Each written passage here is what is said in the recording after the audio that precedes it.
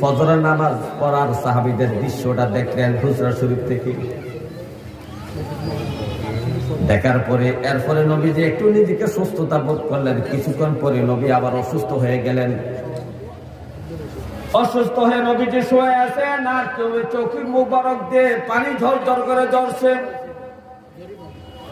আর জিবরাইল তো নবীজির কাছে অলরেডি এক আশা দেওয়ার মধ্যে আছেন, কারণ আল্লাহ অপেক্ষা করতেছে কখন আমার হাবিব আমার কাছে চলে আসবে, আমার বন্ধু আমার কাছে কখন চলে আসবে। আল্লাহ অপেক্ষায় আছে।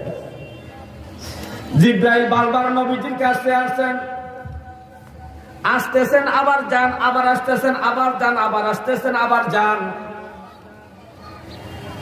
কিন্তু জিবরাইল দেখেন নবীজির চোখ মোবারক দিয়ে একটু পানি বাইর হইছে। নবীজিকে চিন্তিত দেখা যাচ্ছে, টেনশনের মধ্যে নবীজি আছেন।